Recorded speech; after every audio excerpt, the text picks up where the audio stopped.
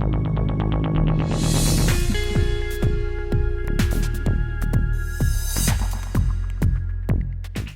Of ഫോക്കസിലേക്ക് എല്ലാ പ്രേക്ഷകർക്കും സ്വാഗതം. ചൂരൽമല മുണ്ടക്കൈ, ഒന്നും ബാക്കിയില്ല അവിടെ. ഉരുൾപൊട്ടലിൽ ഒരു പ്രദേശമാകെ ഒലിച്ചുപോയി. സംസ്ഥാനം തന്നെ കണ്ടിട്ടുള്ള ഏറ്റവും വലിയ പ്രകൃതി ദുരന്തമാണ് ചൂരൽമലയിലും മുണ്ടക്കൈയിലും ഉണ്ടായത്. അവിടെ ഇപ്പോഴും മൃതദേഹങ്ങൾ, കിലോമീറ്ററുകൾക്കപ്പുറം പുഴയിൽ നിന്ന് മൃതദേഹങ്ങൾ ലഭിക്കുന്ന, ഇപ്പോഴും അത് തുടരുന്നു. ആളുകളെ കണ്ടെത്താനുണ്ട്. മറ്റിടങ്ങളിൽ നിന്ന് രക്ഷാപ്രവർത്തനം നടന്നുകൊണ്ടിരിക്കുന്നു ഇപ്പോഴും. പക്ഷേ ഇതുണ്ടാക്കിയ ഒരു ആഘാതം, അത് നേരത്തെ ഞാൻ പറഞ്ഞതുപോലെ സംസ്ഥാനം ഇന്നുവരെ കണ്ടിട്ടില്ലാത്തൊരു വലിയ ദുരന്തത്തിലേക്ക് കാര്യങ്ങൾ എത്തിച്ചു. കേരളം ഒന്നാകെ വിലപിക്കുന്ന സമയം കൂടിയാണ്. അജിംസ് ഈ പറഞ്ഞതുപോലെ ഇന്നുവരെ കണ്ടിട്ടില്ല ഇത്രയധികം ആളുകൾ മരിക്കുന്ന ഒരു പ്രകൃതി ദുരന്തത്തിൽ. അത് വലിയ ആഘാതം ഉണ്ടാക്കുന്നു. സ്വാഭാവികമായിട്ടും വലിയ സങ്കടകരമായ കാഴ്ചയാണ്. എന്ത് സംഭവിച്ചു, എത്ര വലിയൊരു അപകടമായിട്ട് ഇതിനെ കാണണം. കേരളം കണ്ട ഏറ്റവും വലിയ അപകടങ്ങളിലൊന്നാണിത്. എന്ന് മാത്രമല്ല ഏറ്റവും കൂടുതൽ ആളുകൾ മരിക്കുന്നു. ഇപ്പോൾ തന്നെ 70 മുകളിലായി മരണസംഖ്യ. അതിനിയും കൂടാനാണ് സാധ്യത. അങ്ങനെ ഒരു ഉരുൾപൊട്ടൽ എൻ്റെ ഒരു ഓർമ്മയിലില്ല. അങ്ങനെ ഇത്രയധികം ആളുകൾ മരിക്കുന്ന ഒരു ഉരുൾപൊട്ടൽ. അപ്പം ഈ ഉരുൾപൊട്ടൽ സാധ്യത എല്ലാ മഴക്കാലത്തും അങ്ങനെ സാധ്യത ഉണ്ടാകുമെന്ന് ദുരന്ത നിവാരണ അതോറിറ്റി മുന്നറിയിപ്പ് കൊടുക്കാറുണ്ട്. അത്തരം പ്രദേശങ്ങളിൽ നിന്ന് ആളുകൾ മാറി താമസിക്കണം എന്ന് ഈ അലേർട്ടിനോടൊപ്പം തന്നെ, മഴ ശക്തമാകുമ്പോഴുള്ള അലർട്ടിനോടൊപ്പം തന്നെ അവർ കൊടുക്കാറുണ്ട്. പക്ഷേ എല്ലാ വർഷവും ഇതിങ്ങനെ ആവർത്തിക്കുകയാണ്. ഇപ്പോൾ നമുക്കറിയാം പുത്തുമല, കവളപ്പാറ, അങ്ങനെ എത്ര പേരുകളാണല്ലേ, പെട്ടിമുടി, കൂട്ടിക്കൽ, അങ്ങനെ കഴിഞ്ഞൊരു 5-8 വർഷത്തിനിടയ്ക്ക് നമ്മൾ എത്രയോ സ്ഥലപ്പേരുകൾ കേട്ടു. ഈ സ്ഥലങ്ങളൊക്കെയും ഇങ്ങനെ ഉരുൾപൊട്ടൽ സാധ്യതയുള്ള സ്ഥലങ്ങൾ തന്നെയാണ്. കുറേയധികം പേർ ഈ പറയുന്ന സ്ഥലത്ത് നിന്ന് മാറി താമസിച്ചിരുന്നു. ദുരിതാശ്വാസ ക്യാമ്പുകളിലേക്ക് മാറ്റിയിരുന്നു. ഇപ്പോൾ നമ്മുടെ കൂടെ ജോലി ചെയ്യുന്ന പലരുടെയും കുടുംബാംഗങ്ങൾ വരുമ്പോൾ ക്യാമ്പുകളുണ്ടെന്ന് പറയുന്നുണ്ട് ആ പ്രദേശത്തുള്ള ആളുകൾ. പക്ഷെ എന്നിട്ടും മാറി താമസിക്കാൻ പറ്റാതെ ഈ ദുരന്തത്തിൽ പെട്ടുപോവുകയാണ് ആളുകൾ. അതെന്തുകൊണ്ടാണെന്ന് ചോദിച്ചു കഴിഞ്ഞാൽ, ഒന്ന്, മാറി താമസിക്കാൻ പറ്റാത്ത സാഹചര്യം ഉണ്ടാവും. കുറേയധികം പേര് പ്രധാനപ്പെട്ട ഏരിയകളിൽ നിന്ന് മാറ്റുമ്പോൾ അപ്രധാനമായ മേഖലകളിലുള്ള ആൾക്കാർ മാറി താമസിക്കില്ല. അവിടെ അത്ര പ്രശ്നം ഉണ്ടാവില്ല എന്ന് കരുതി മാറി താമസിക്കുന്നുണ്ടാവില്ല. പക്ഷേ നമുക്കത് തടയാൻ കഴിയുന്നില്ല. അങ്ങനെ ഒരു ദുരന്തത്തിൽ ജീവനാശം നമുക്ക് തടയാൻ കഴിയുന്നില്ല എന്നുള്ളത് നമ്മൾ ഇരുത്തി ചിന്തിപ്പിക്കേണ്ടതാണ്. അതിൻ്റെ കാരണം എന്ന് വെച്ചാൽ, ഈ ഉരുൾപൊട്ടലുകളെക്കുറിച്ചുള്ള ശാസ്ത്രീയ പഠനങ്ങൾ കാണുന്നുണ്ട്. കേരളത്തിൽ ഉരുൾപൊട്ടലുകൾ വ്യാപകമാവുന്ന 60-കൾക്ക് ശേഷമാണെന്നാണ് പറയുന്നത്. അതിനു മുമ്പ് ഉരുൾപൊട്ടാറില്ല എന്നല്ല, വനമേഖലകളിൽ ഉരുൾപൊട്ടും. പക്ഷേ ജനവാസ മേഖലകളിൽ, അതായത് ജീവനാശം വരുത്തിക്കൊണ്ടുള്ള ഉരുൾപൊട്ടൽ ഉണ്ടാകുന്നത് 80-കളിലും 90-കളിലാണ് അതിൻ്റെ ഒരു തുടക്കം. ഒരു അമ്പൂരിയിൽ ഒരു ഉരുൾപൊട്ടൽ ഓർക്കുണ്ടാവും 10 വർഷം മുമ്പ്. ഒരുപാട് പേര് മരിച്ചൊരു സംഭവമാണ്. അതൊരു റബ്ബർ തോട്ടത്തിലോ മറ്റോ ആയിരുന്നു ആ ഉരുൾപൊട്ടലുണ്ടായത്. അപ്പം കഴിഞ്ഞൊരു 10-40 വർഷമായിട്ട് ഉരുൾപൊട്ടലുകൾ വ്യാപകമാണ്. എങ്കിൽ അതിനെക്കുറിച്ചൊരു ശാസ്ത്രീയ പഠനം നടത്താം. എന്തുകൊണ്ടും ഉണ്ടാകുന്നു, എങ്ങനെ ജീവനാശം കുറയ്ക്കാം, ഉണ്ടായാലും എങ്ങനെ ജീവനാശം കുറയ്ക്കാം എന്നുള്ള ശാസ്ത്രീയ പഠനം ഉണ്ടാവേണ്ടതാണ്. അപ്പോൾ ഈ സമയത്തല്ല അതിനെപ്പറ്റി ചർച്ച ചെയ്യേണ്ടതെങ്കിൽ പോലും ഈ സമയം കഴിഞ്ഞാൽ നമ്മളിത് മറന്നു പോകുന്നുള്ളതാണ് നമ്മുടെ ഒരു പ്രശ്നം. അപ്പോൾ ഒരു ദുരന്തം ഉണ്ടാകുമ്പോഴാണോ അതെങ്ങനെ തടയുന്നതിനെക്കുറിച്ച് ആളുകൾ സംസാരിക്കേണ്ടതെന്ന് വെച്ചാൽ, ഇത് ഒരാഴ്ച കഴിയുമ്പോൾ നമ്മളിത് മറക്കും. അപ്പോൾ മറ്റെന്തെങ്കിലും ഒരു വിഷയം വരും, നമ്മളത് മറന്നു പോകും. അപ്പോൾ ഇത്രയും ദുരന്തങ്ങളുണ്ടായിട്ടും നമ്മളതിനെക്കുറിച്ച് പഠിക്കുന്നില്ല. അപ്പോൾ സ്വാഭാവികമായിട്ടും ഈ പശ്ചിമഘട്ടത്തിലാണ്, കേരളത്തിൻ്റെ പശ്ചിമഘട്ടത്തിലാണ് ഈ ഉരുൾപൊട്ടൽ ഉണ്ടാകുന്നത്. പശ്ചിമഘട്ടത്തിൻ്റെ പാരിസ്ഥിതിക ലോല പ്രത്യേകതകളെക്കുറിച്ച് നിരന്തരം നിരവധി പഠനങ്ങളും അത് വലിയ വിവാദങ്ങളൊക്കെ ഉണ്ടായൊരു സ്റ്റേറ്റാണ് കേരളം. കേരളത്തിൻ്റെ സവിശേഷമായ ഭൂപ്രകൃതി, അവിടെ താമസിക്കുന്ന ജനങ്ങൾ, നമ്മൾ ശ്രദ്ധിച്ചു നോക്കിയാൽ അറിയാം, ഈ ഉരുൾപൊട്ടലുകൾ മരിക്കുന്ന എപ്പോഴും പാവപ്പെട്ടവരായിരിക്കും, ദരിദ്രരോ പാവപ്പെട്ടവരായിരിക്കും. ഇപ്പോൾ പുത്തുമലയിലാണെങ്കിൽ, ഇപ്പോൾ നടന്ന സംഭവത്തിലൊക്കെ ആണെങ്കിൽ ലയത്തിൽ താമസിക്കുന്ന ആളുകൾ, തോട്ടം തൊഴിലാളികൾ, ഇവരൊക്കെയാണ് ഈ മരിക്കുന്നത്. അപ്പോൾ മരിക്കുന്നവർക്കൊരു പ്രത്യേകതയാണ്. ഇപ്പോൾ പെട്ടിമലയിൽ മരിച്ചത് അവിടുത്തെ തോട്ടം തൊഴിലാളികളാണ്. അപ്പോൾ അവരെ നമ്മൾ മരിക്കാൻ വിടുകയാണ് എങ്കിൽ നമ്മുടെ ആസ് എ സൊസൈറ്റി നമ്മുടെ ഒരു അനാസ്ഥ കാര്യത്തിലുണ്ടെന്നാണ് എനിക്ക് തോന്നുന്നത്.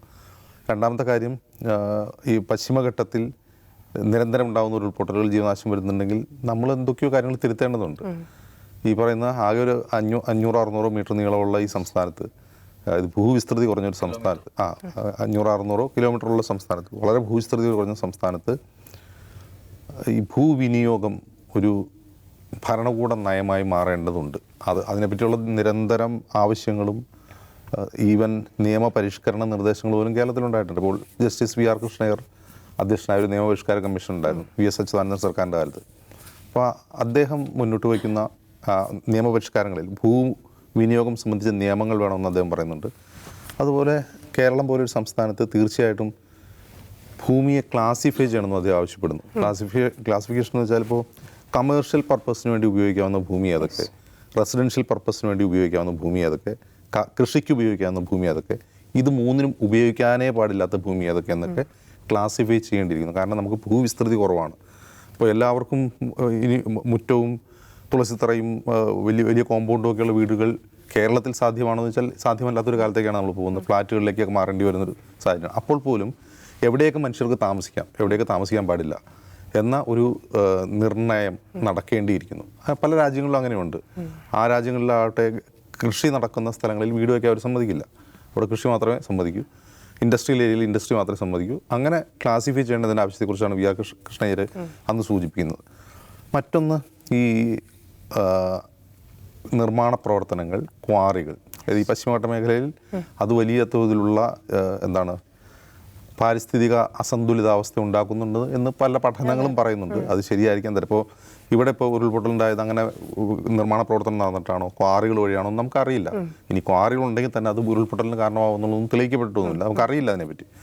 അപ്പോൾ അങ്ങനെ ഉണ്ടെങ്കിൽ അതിനെക്കുറിച്ച് പഠിക്കണം. എന്തൊക്കെ ആവാൻ പാടില്ല എന്നതിനെക്കുറിച്ച് കൃത്യമായി പഠിക്കണം. ഇപ്പോൾ പുത്തുമലയിൽ അപകടം ഉണ്ടായപ്പോൾ പുത്തുമല, അതുപോലെ കവളപ്പാറ, കൂട്ടിക്കൽ, ഈ 3 ഉരുൾപൊട്ടലുണ്ടായപ്പോൾ ഈ ഗാഡ്ഗിൽ റിപ്പോർട്ട് വെച്ച് ചില പരിസ്ഥിതി പ്രവർത്തകർ ചൂണ്ടിക്കാട്ടിയിരുന്നു. ഇത് 3 പരിസ്ഥിതി ലോല പ്രദേശങ്ങളാണ്. അതായത് ഗാഡ്ഗിൽ റിപ്പോർട്ടിൽ സോൺ 1 എന്ന് രേഖപ്പെടുത്തി ഒരു തരത്തിലുള്ള നിർമ്മാണ പ്രവർത്തനങ്ങളോ ക്വാറികളോ അനുവദിക്കാൻ പാടില്ലാത്ത പ്രദേശങ്ങളായിരുന്നു ഇത് എന്ന് പറയുന്നുണ്ട്. കേരളത്തിൽ തന്നെ 5000 ക്വാറി ഉണ്ട്. ഇപ്പോൾ 5000 ക്വാറികൾ പ്രവർത്തിക്കുകയാണ് കൊച്ചി സംസ്ഥാനത്ത്. നമ്മൾ ശ്രദ്ധിച്ചു നോക്കുക, അത് ഈ വിഴിഞ്ഞം തുറമുഖത്തിന് വേണ്ടി കല്ല് ലഭ്യമല്ലാതിരുന്നു എന്ന് പറഞ്ഞ സമയത്താണ് ഈ ക്വാറികളുടെ പ്രവർത്തനം കൂടുതലായി ഉണ്ടായത്. കൂടുതൽ ക്വാറികൾ അനുവദിച്ചത്. ആ ക്വാറികൾ കൂടുതൽ അനുവദിച്ചതിന് ശേഷം എത്ര ദുരന്തമുണ്ടായി എന്ന് നമ്മളൊന്ന് ആലോചിച്ച് നോക്കുക. അപ്പോൾ ഈ പറയുന്ന ഈ ദുരന്തമുണ്ടായി വയനാട്ടിൽ ഈ പ്രദേശത്ത് ക്വാറികൾ ഉണ്ടോ വെച്ചാൽ അങ്ങനെ ക്വാറികൾ പ്രവർത്തിക്കുന്നില്ല. പുത്തുമലയിലും ക്വാറികളൊന്നും ഉണ്ടായിരുന്നു, പഴയതോ ക്വാറി ഉണ്ടായിരുന്നു. അപ്പോൾ ക്വാറികൾ തന്നെയാണ് ഇതിൻ്റെ പ്രശ്നത്തിൻ്റെ കാരണം നമുക്കറിയില്ല. എനിക്ക് തോന്നുന്നത് ഈ അപകടങ്ങൾ ഉണ്ടാകുന്ന സ്ഥലങ്ങൾ ഏതാണെന്ന് നമുക്കറിയാം. എവിടെയാണ് ഉരുൾപൊട്ടാൻ സാധ്യതയുള്ള സ്ഥലങ്ങൾ അറിയാം. അവിടെയുള്ള ജനങ്ങളെ അവിടെ നിന്ന് മാറ്റി പാർപ്പിക്കുക, പുനരധിവസിപ്പിക്കുക എന്നുള്ളൊരു ഭരണകൂടത്തിൻ്റെ നയമായി മാറണം. ആളുകളെ മരിക്കാൻ വിടരുത് എന്നേ പറയാം. നിഷാദ്, ഇവിടെ വയനാട്ടിൻ്റെ മാത്രം കാര്യം എടുക്കുകയാണെങ്കിൽ ഇതിങ്ങനെ ആവർത്തിച്ചുകൊണ്ടിരിക്കുന്നു. 2018 അതിൻ്റെ ഏറ്റവും ഭീകരമായിട്ടുള്ള ഒരു അവസ്ഥ നമ്മൾ കണ്ടത്. അതിനുശേഷം ഓരോ വർഷവും മഴ പെയ്യുമ്പോൾ ഈ പറഞ്ഞ പോലെ കാടിനുള്ളിൽ സംഭവിക്കുന്നുണ്ട്. പക്ഷേ ഈ ജനവാസ മേഖലകളിലേക്ക് ഇത്തരത്തിലുള്ള പ്രകൃതി ദുരന്തങ്ങൾ വരുമ്പോൾ അത് ബാധിക്കപ്പെടുന്നത് ഈ പറഞ്ഞതുപോലെ ഒരു വിഭാഗം ആൾക്കാരെ മാത്രമാവുന്നു. പക്ഷേ ഇത് അതിൽ നിന്നും വ്യത്യസ്തമാണ്. വർഷങ്ങളായിട്ട് അവിടെ താമസിക്കുന്ന ആളുകളാണ്. ഇതിൻ്റെ അപ്പുറത്ത് പുത്തുമലയിൽ ഉണ്ടായപ്പോൾ പോലും ഇവിടെ വലിയ ആഘാതം ഉണ്ടായിട്ടില്ല എന്നാണ് പറയപ്പെടുന്നത്. അപ്പം ഇങ്ങനെ ഇത് ആവർത്തിച്ചുകൊണ്ടേയിരിക്കുന്നു. ഇതിൻ്റെ വശങ്ങൾ ഒരുപാടുണ്ട്, പല പല കാരണങ്ങളുണ്ട്. പക്ഷേ ഇതിപ്പോൾ സംഭവിച്ചിരിക്കുന്നത് ഇതിൽ നിന്നെങ്കിലും പഠിക്കാനുള്ള ഒരു സാധ്യത, ഇവിടെ ആര് എങ്ങനെ താമസിക്കണം അല്ലെങ്കിൽ വീട് വെക്കണം എന്നതിലേക്കൊക്കെ നമ്മൾ ഇനിയെങ്കിലും എത്താൻ സാധ്യതയുണ്ടോ? ഒന്നാമത്തെ കാര്യം ധന്യ, ഇതിനകത്ത് ഈ മേഖലയിൽ ഉരുൾപൊട്ടൽ ഉണ്ടാവുന്നത് അത്ഭുതകരമായ ഒരു സംഗതിയല്ല. കാരണം ഇപ്പം നമ്മൾ ഭൂമിയെ ക്ലാസിഫൈ ചെയ്യണമെന്ന് പറയുമ്പോൾ അതിനകത്തൊരു കാര്യം ചൂണ്ടിക്കാണിക്കാനുള്ളത്, ഉരുൾപൊട്ടൽ സാധ്യതാ മേഖലകളെ നമ്മൾ ക്ലാസിഫൈ ചെയ്തിട്ടുണ്ട്. എവിടെയൊക്കെയാണ് ഏറ്റവും കൂടുതൽ ഉരുൾപൊട്ടലിന് സാധ്യതയുള്ളത്. അങ്ങനെ ക്ലാസിഫൈ ചെയ്യപ്പെട്ട മേഖലകളിൽ ഒന്നിലാണ് ഈ ഉരുൾപൊട്ടൽ ഇപ്പോൾ ഉണ്ടായിട്ടുള്ളത്. എന്ന് വെച്ചാൽ ഈ പറയുന്ന മുണ്ടക്കൈ അല്ലെങ്കിൽ ഈ ചൂരൽമല പ്രദേശങ്ങൾ ഉരുൾപൊട്ടലിന് വളരെയേറെ സാധ്യതയുള്ള സ്ഥലങ്ങളായി പട്ടികപ്പെടുത്തിയിട്ടുള്ള സ്ഥലമാണ്. അതുകൊണ്ട് അവിടെ ഉരുൾപൊട്ടൽ ഉണ്ടാകുന്നത് അപ്രതീക്ഷിതമോ അല്ലെങ്കിൽ ആ നിലയ്ക്ക് അത്ഭുതം ഉണ്ടാക്കുന്നതായിട്ടുള്ള ഒരു കാര്യമല്ല. അപ്പോൾ എന്തുകൊണ്ട് മനുഷ്യരെ ഇത്രയധികം അതവിടെ ബാധിക്കുന്നു? ഇപ്പോൾ വയനാട്ടിലെ ഈ പ്രദേശത്തിൻ്റെ കാര്യം മാത്രം എടുത്താൽ, ഇപ്പോൾ അവിടെ നമ്മളൊരു ടി എസ്റ്റേറ്റാണ് അവിടെ കാണുന്നത്. അപ്പോൾ മേപ്പാടി ഏരിയ എന്ന് വെച്ചാൽ മേപ്പാടി മുതൽ കള്ളാടി ആ പ്രദേശം വരെ നമ്മൾ ടി എസ്റ്റേറ്റാണ്. ആളുകൾ അവിടെ താമസിക്കാൻ പറ്റില്ല. കാരണം ടി എസ്റ്റേറ്റിന് ഒറ്റ ലാൻഡ്, ഒറ്റ ഓണറും ഒക്കെ ആയിരിക്കും. അവർ ഭൂമി മുറിച്ച് വിൽക്കുന്നില്ല. അപ്പോൾ അവിടെ താമസിക്കാൻ ആഗ്രഹമുള്ള മനുഷ്യർക്ക് ചെറിയ ചെറിയ തുണ്ടുകളായി ഭൂമി വാങ്ങിച്ച് വീട് വെക്കണമെങ്കിൽ പിന്നെയും വയനാട്ടിലെ ഈ പ്രദേശത്തിൻ്റെ അകത്തേക്ക് പോകണം. അകത്തേക്ക് പോയിട്ട് ഈ പ്രശ്നം ഉണ്ടായ സ്ഥലത്താണ് പിന്നെ ഭൂമി അവൈലബിൾ ആയിട്ടുള്ളത്, നമുക്ക് വാങ്ങിച്ച് വീട് വെക്കണമെന്നുണ്ടെങ്കിൽ. അപ്പോൾ ആളുകൾ സ്വന്തമായിട്ട് കുറച്ച് ഭൂമി വാങ്ങിച്ച് സ്ഥലം വാങ്ങി വീട് വെക്കാൻ ഓപ്റ്റ് ചെയ്യുന്ന സ്ഥലമാണ് ഈ സ്ഥലം. അതുകൊണ്ടാണ് അവിടെ ഈ നിലയ്ക്കുള്ള ജനസാന്ദ്രതയും ഒരു അപകടം ഉണ്ടാകുമ്പോൾ ഏറ്റവും കൂടുതൽ ആളുകളെയും ബാധിക്കുന്ന തരത്തിലേക്ക് മാറിയത്. അപ്പോൾ അതിൻ്റെ ഭൂമിശാസ്ത്രപരമായ സവിശേഷത കാണേണ്ടതാണ്. ഒന്നാമത്തേത്, ആളുകൾ എന്തുകൊണ്ടൊരു പ്രത്യേക ഏരിയയിൽ കൂടുതലായി കാണപ്പെടുന്നു. രണ്ടാമത്തേത്, ഇത് അപകടം ഉണ്ടാകാൻ സാധ്യതയുള്ള നമ്മൾ പട്ടികപ്പെടുത്തിയിട്ടുള്ള സ്ഥലമാണ്. അപ്പോൾ എന്തുകൊണ്ട് ഈ അപകടങ്ങൾ ഉണ്ടാവുന്നു എന്ന് ചോദിക്കുന്നതിന് നമുക്ക് ഈ പറയുന്ന പോലെ പ്രകൃതിയോട് നമ്മളെടുക്കുന്ന ഒരു ഉചിതമല്ലാത്ത സമീപനം ഒരു ഉദാഹരണം പറയാമെങ്കിലും, ഈ സമീപ വർഷങ്ങളിൽ കേരളം നേരിടുന്ന ഏറ്റവും പ്രധാനപ്പെട്ട ക്രൈസിസിലൊന്ന് ഈ എന്താ പറയുക, ഒന്ന് ഈ പറഞ്ഞ പോലത്തെ പ്രശ്നം മണ്ണിനുണ്ട്, രണ്ടാമത്തെ മഴയാണ്.